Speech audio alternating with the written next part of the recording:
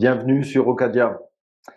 Voici la vidéo numéro 2 des essentiels de la gestion des risques, Risk Management. Dans cette vidéo, nous verrons pourquoi la gestion des risques est importante.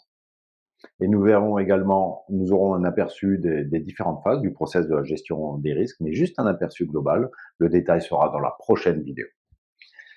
Et nous allons aborder la notion très concrète de Risk Register, le registre des risques. La prévention des risques. Pourquoi faut-il être proactif dans la gestion des risques? Les messages que je vous passe par rapport à cette page sont importants à acquérir. Ils sont importants à acquérir pour vous, peut-être pour la certification que vous passerez bientôt quand je vous invite à aller rejoindre le programme certifiant sur Ocadia, sur la gestion de management de projet, dont fait partie la gestion des risques. Mais également, c'est pour être en mesure de le restituer aux autres, dans l'organisation avec laquelle vous travaillez, pour venir engager les gens sur l'activité de gestion des risques et donc l'activité liée au déroulement d'un projet. L'anticipation est primordiale dans la gestion des risques. L'anticipation, d'elle dépend la marge de manœuvre que l'on aura. Et c'est ce que veut signifier ce graphe. Ici se trouve le point d'impact d'un événement néfaste par rapport à l'atteinte des objectifs d'un projet. Et c'est le moment et la rencontre et le déroulement du projet. Donc l'événement arrive.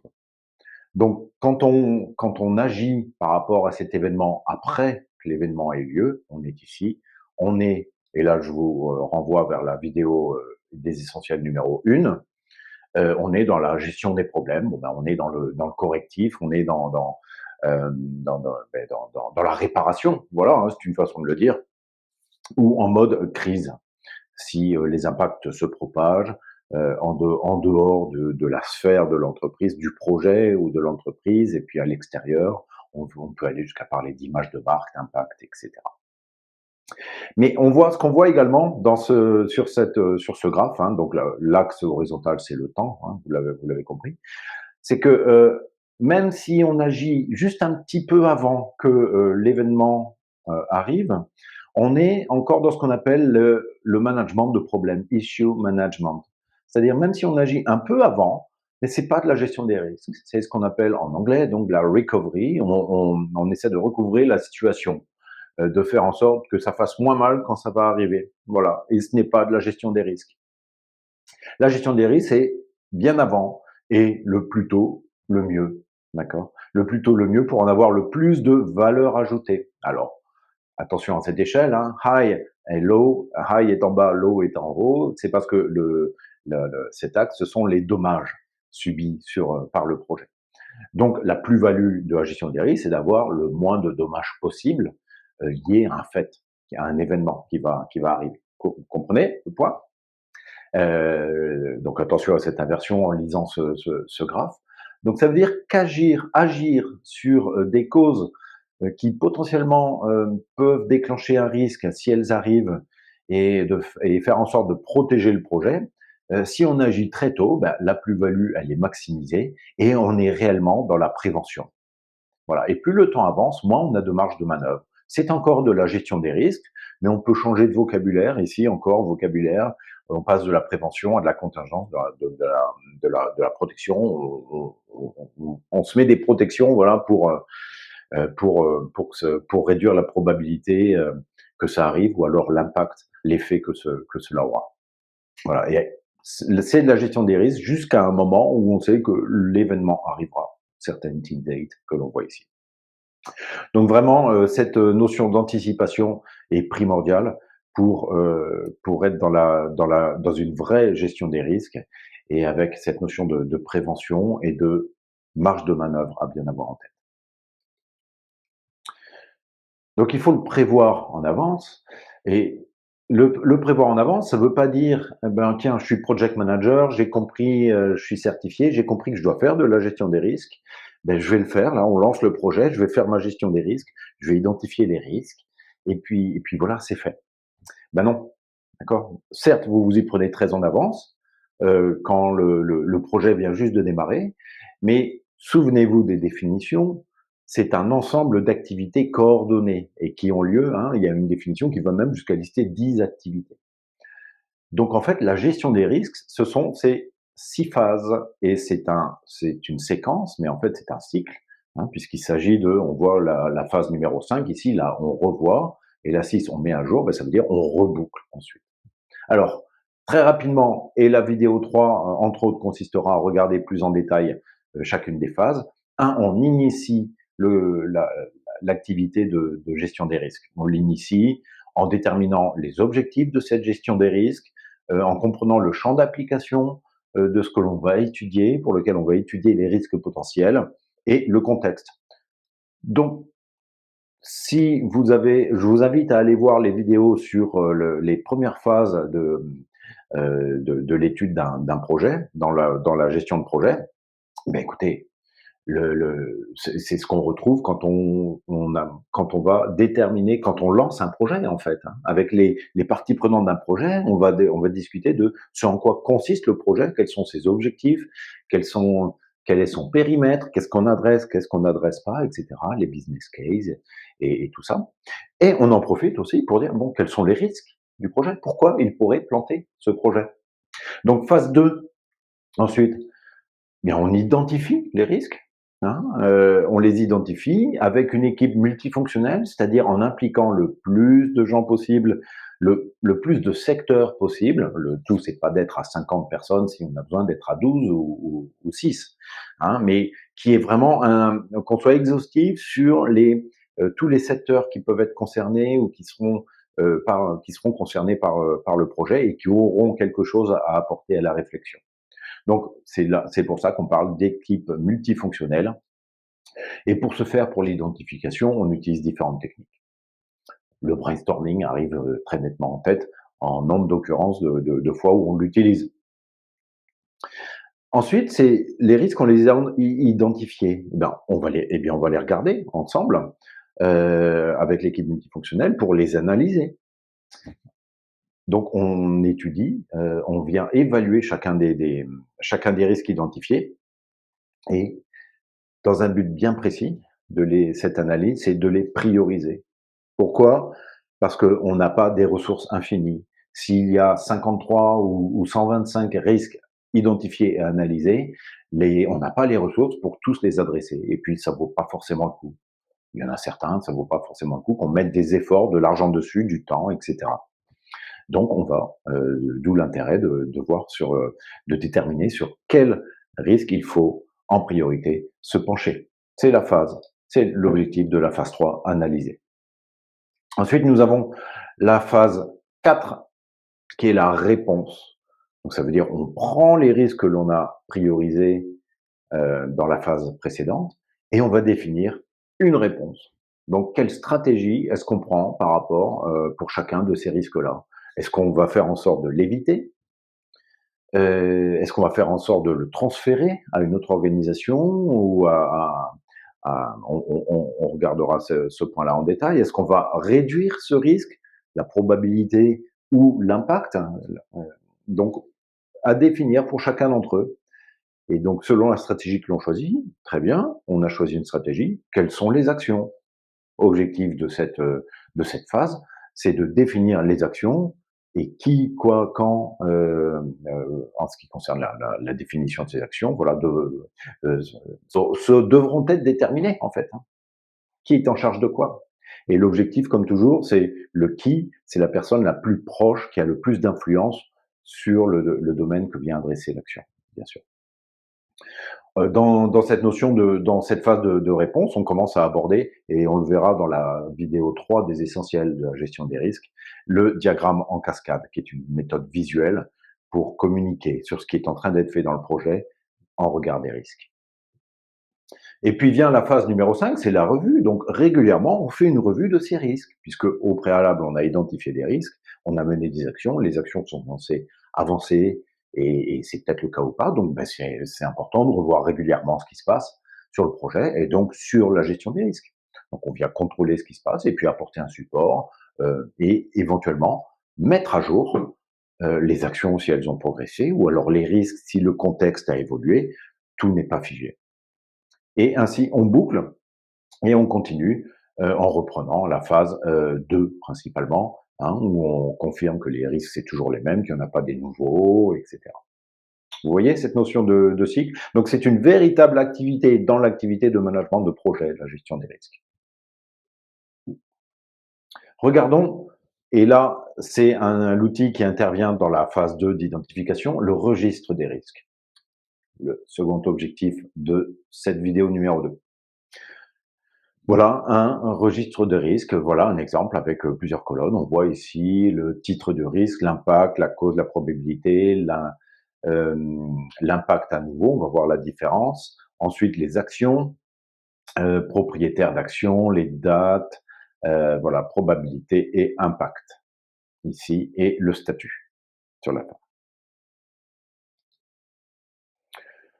Mais tout simplement, hein, on le prend quand vous êtes imaginons vous êtes en atelier de détection d'identification, pardon, des risques liés à un projet, brainstorming en cours, vous le menez, et puis les choses commencent à arriver, et il s'agit d'enregistrer les risques. Ben, tout simplement, déjà, petit 1, on donne à chaque risque un identifiant unique, une référence unique, pour ne pas, pour pour une raison évidente, hein, bien sûr. On labellise dans cette colonne Risk Title, le titre du risque, on donne un label au risque, on le nomme précisément. Donc ça provient du brainstorming, et cette formulation, le titre d'un risque, ça va être, vous allez être amené à itérer dessus, hein. On l'a pas forcément du premier coup. Vous vous souvenez, ou je vous invite à aller le voir, la vidéo numéro 1 des essentiels de la gestion des risques. On parle beaucoup de vocabulaire. C'est là que tout se passe. Et c'est là que tout le monde amènera ses propositions, ses réflexions sur les risques potentiels. Et là auront lieu des discussions, voire des débats sur est-ce que c'est un risque, est-ce que c'est un effet, est-ce que c'est une cause, est-ce que c'est la bonne façon de définir le risque. L'objectif étant que qui que ce soit dans la compagnie qui connaît le domaine est capable de comprendre en quoi consiste le risque qui est identifié sur une ligne. Voilà. Et l'objectif est d'annuler et d'effacer et d'assurer qu'il n'y ait aucune ambiguïté. Et pourquoi? Ben parce que pas d'ambiguïté, c'est l'assurance d'avoir la meilleure réponse possible au risque, la meilleure action de définir. Voilà, le plus ciblé possible, avec l'objectif soit de réduire la probabilité ou de réduire l'impact d'un risque. Et troisième point, ici, juste dans cette première colonne impact, on vient juste mettre 2-3 mots sur l'impact. Voilà, qu'est-ce que ce sera comme impact? Ce sera un impact matériel, ce sera un impact chez le client, sur la qualité, ou alors sur le temps de livraison. Voilà, on vient juste, on va pas mettre un roman, on n'a pas encore tous les détails, mais c'est pour bien se faire une idée du risque, et d'avoir l'enchaînement cause, risque, effet. Puisqu'on parle de cause, ils arrivent juste après. Quelques mots également ici, en point numéro 1, sur la cause. Et les deux colonnes suivantes, probabilité et impact, c'est là où on va venir chiffrer la probabilité et chiffrer l'impact. Alors de quelle façon? En utilisant une échelle la plus simple possible. Et on va utiliser une échelle de facteurs, soit de 3 ou 4 niveaux environ, soit les 5, bon, ou jusqu'à 10, hein, tout dépend. Et on va prendre, avec l'équipe, donc c'est pas juste vous en tant que project manager, hein, mais c'est avec toutes les personnes concernées, vous allez faire évaluer chacun des risques en termes de probabilité, les uns par rapport aux autres, sur une échelle de 1 à 4, par exemple. Le risque numéro 1 qu'on identifie, où est-ce qu'il se situe? Et on en fait de même pour tous les autres. Et on donne un coefficient de probabilité, 1, 2, 3 ou 4. Voilà. 1, c'est bon, peu probable, ou alors se produira jamais. 2, par exemple, hein, donc de 0 à 25%, c'est 1 de chance que ça arrive, de 25 à 50, de 50 à 75, et de 75 à 100% de chance, par exemple. C'est une façon. Vous voyez, cette échelle, elle est relative. Hein, mais donc le plus difficile, c'est de commencer la réflexion quand on fait le premier risque, et après, petit à petit, le groupe s'habitue, voire évalue certains risques par rapport aux autres, et donc font font descendre des risques pour pouvoir en monter d'autres, parce que en les abordant les uns après les autres, les risques, on s'aperçoit qu'il y en a, tout est relatif, voilà. Certains risques vont être moins probables que d'autres qui sont en train d'être analysés, donc tout va se régler petit à petit comme ça. Donc et on en fait de même pour l'impact, en colonne 3, sur le point numéro 3 ici. Donc l'impact défini par que l'équipe estime si ce risque s'avère et qu'il aura l'effet. Donc voilà. Est-ce que ce sera bon, pas trop grave ou alors très grave? Donc pareil, la même échelle, même dimension, 1, 2, 3, 4. Et on obtient là deux coefficients. Ces deux coefficients, on les multiplie, la probabilité fois l'impact, et on obtient le niveau de risque, le risk level, qui s'inscrit ici quand on fait un petit fichier Excel un petit peu arrangé, hein, on a le risque qui s'inscrit ici, avec un code couleur, c'est encore mieux, et on a les différents coefficients, et là, on peut enfin prioriser les différents risques. On a la liste des risques avec ce coefficient, ce niveau de risque qui permet de les prioriser. Tout simplement.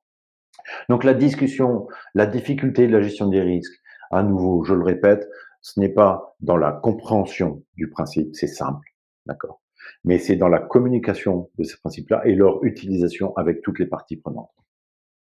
La deuxième partie de ce registre des risques, ben, c'est la partie des actions. Une action, c'est au moins un risque, c'est au moins une action de prévention, une action pour pouvoir réduire la probabilité qu'il arrive, le risque, ou alors l'impact, s'il arrive, réduire l'impact qu'il aura. Donc tout d'abord, ben, ici, en point 1, on indique les actions pour traiter chacun des risques.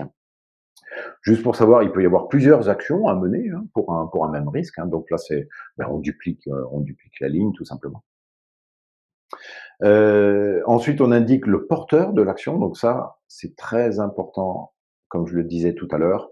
Il faut vraiment que ce soit adressé par la bonne personne, que ce soit la bonne personne qui le prenne en compte, la personne qui a la meilleure connaissance du sujet adressé par l'action. Une date de fermeture cible de l'action, hein, les basiques de la gestion des actions. Et en point numéro 4 et 5, ici, on invite l'équipe avant de commencer à mener l'action. On se dit, bon, quand cette action sera menée, quelle influence ça va avoir sur le risque?